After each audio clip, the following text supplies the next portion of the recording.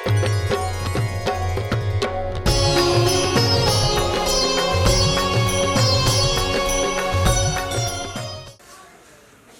ज्वलंत प्रश्न है, जीव को अखंड मुक्ति कैसे मिलेगी। एक तो दुनिया जानती नहीं है, जीव और आत्मा अलग अलग है, परंतु प्रॉब्लम कहाँ पे हो गई। श्रीमद् गीता के अंदर 18 अध्याय हैं। 18 अध्याय के हर श्लोक में जीव शब्द आया है, आत्मा शब्द आया नहीं है, पर अर्थ में सब जगह जीवात्मा लिख दिया, इसलिए आदमी भ्रमित हो गए और जीवात्मा को एक समझते हैं। महामती प्राण जी क्लियर करते हैं कि जीव का घर है नींद में, वासना घर श्री धाम। जीव की उत्पत्ति वैकुंठ से होती है और आत्मा की उत्पत्ति परम धाम से होती है। जीव आत्मा दोनों अलग अलग हैं, पर यहाँ पर प्रश्न है कि जीव को अखंड मुक्ति कैसे मिलेगी। तो जीव चूंकि इस संसार का, इस जगत का है, इसलिए जब से सृष्टि की उत्पत्ति बनी तब से आज तक कोई जीव भव से पार हुआ नहीं है। इन जहर जिमी से कोई न निकस्या, अव्वल से ती आज दिन तक। जीव भव से पार क्यों नहीं हुए। जीव के सामने दो विडंबना है। एक विडंबना है, रामायण के अंदर गोस्वामी तुलसीदास जी लिखते हैं कि कर्म प्रधान विश्व रचि राखा, जो जस कर्म करे सो तस फल चाखा। जीव के ऊपर कर्मों के, जन्मों जन्मों के कर्मों के बंधन होते हैं। जब तक कर्मों के बंधन जीव के ऊपर हैं तब तक जीव भव से पार हो सकता नहीं है। जैसे हमको विदेश जाना हो तो वीजा बनवाना पड़ेगा। वीजा में एक शर्त होती है कि आप जिस देश के नागरिक हो उस देश के किसी भी न्यायालय में आपके ऊपर कोई आपराधिक प्रकरण दर्ज नहीं होना चाहिए। अगर आपराधिक प्रकरण दर्ज है तो आपको वीजा नहीं मिलेगा, तो आप विदेश जा सकते नहीं हो। इसलिए अगर कर्मों के बंधन आपके ऊपर बाकी है तो आप भव से पार हो सकते नहीं हो।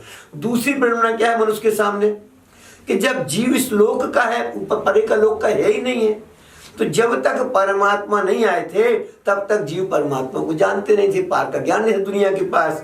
तो दुनिया के लोग संसार की भक्ति करते थे, संसार के देवी देवताओं की पूजा करते थे। तो वेद शास्त्रों का प्रमाण है कि जो जिस देवी देवता को भजता है वो उसके लोक में पहुंच जाता है। तो 14 लोक के ब्रह्मांड के अंदर जो देवी देवता है उनको हम जानते हैं और उन्हीं की पूजा करते हैं, उनके लोक में पहुंच जाएंगे और वो कोई अखंड में नहीं है। अब परमात्मा है अखंड और अविनाशी, सदा सर्वदा रहने वाला, पर उसका धाम कहाँ है। हद पार बेहद, बेहद पार अक्षर, अक्षर पार वतन जागिए। पर जैसे ही हम हद भूमि से बेहद में जाने लगेंगे तो वहां पर रोधनी शक्ति खड़ी है। रोधनी शक्ति को ऑर्डर मिला हुआ है कि जो जीव यहाँ का अधिकारी नहीं है वो जीव को तू ऊपर आने देना नहीं। इसलिए जीव आज तक भव से पार नहीं हुआ था, पर अब इस संसार में ब्रह्म सृष्टियों का आगमन हुआ। ब्रह्म सृष्टियों के आगमन होने से परमात्मा ने रोधनी शक्ति को दूसरा ऑर्डर दे दिया है कि जो जीव ब्रह्म सृष्टियों के साथ हैं तुम उनको रोकोगी नहीं। और दूसरा, ब्रह्म सृष्टियों के आने से ये ब्रह्म सृष्टियों पार का ज्ञान है इनके पास, तो ये पार का ज्ञान देती हैं। पार का ज्ञान जीव सुनेंगे तो उनको परमात्मा के बारे में पता चल जाएगा, तो परमात्मा की भक्ति करेंगे तो वो जीव भव से पार हो जाएंगे और अखंड में पहुंच जाएंगे।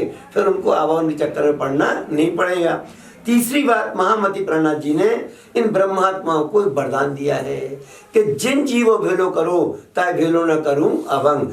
जो जीव ब्रह्म सृष्टियों की संगत कर लेंगे उनको परमात्मा अपने धाम में स्थान दे देंगे। जैसे एक राजा का बेटा स्कूल में पढ़ने जाए और वहां पर कुम्हार के बेटे से उसकी दोस्ती हो जाए, तो कुम्हार का बेटा अगर अकेले राजमहल में जाता तो क्या उसको जाने मिलता, पर राजा के बेटे के साथ में जाएगा तो दरवाजे पर जो पहरेदार खड़े पूछेंगे तो राजा का बेटा बोलेगा मेरा दोस्त है, तो कुम्हार के बेटे को जाने मिलेगा कि नहीं मिलेगा।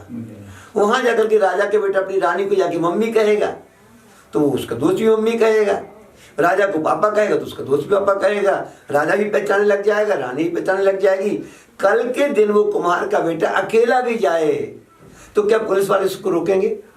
क्या वो रानी उसको बैठने को नहीं कहेगी? क्या राजा जी नहीं कहेंगे आप बेटा बैठो? इस तरह से राजा के बेटे की दोस्ती करने से कुम्हार का बेटा भी राजमहल में जाता है और सम्मान पा जाता है। ठीक उसी तरह से जो भी दुनिया के जीव इन ब्रह्म सृष्टियों की संगत कर लेंगे उनका बेड़ा भव से पार हो जाएगा, उनको अखंड मुक्ति मिल जाएगी। ब्रह्म सृष्टियों के महत्व के बारे में श्रृंगार ग्रंथ है, पहला नंबर का प्रकरण है, 43 नंबर की चौपाई है।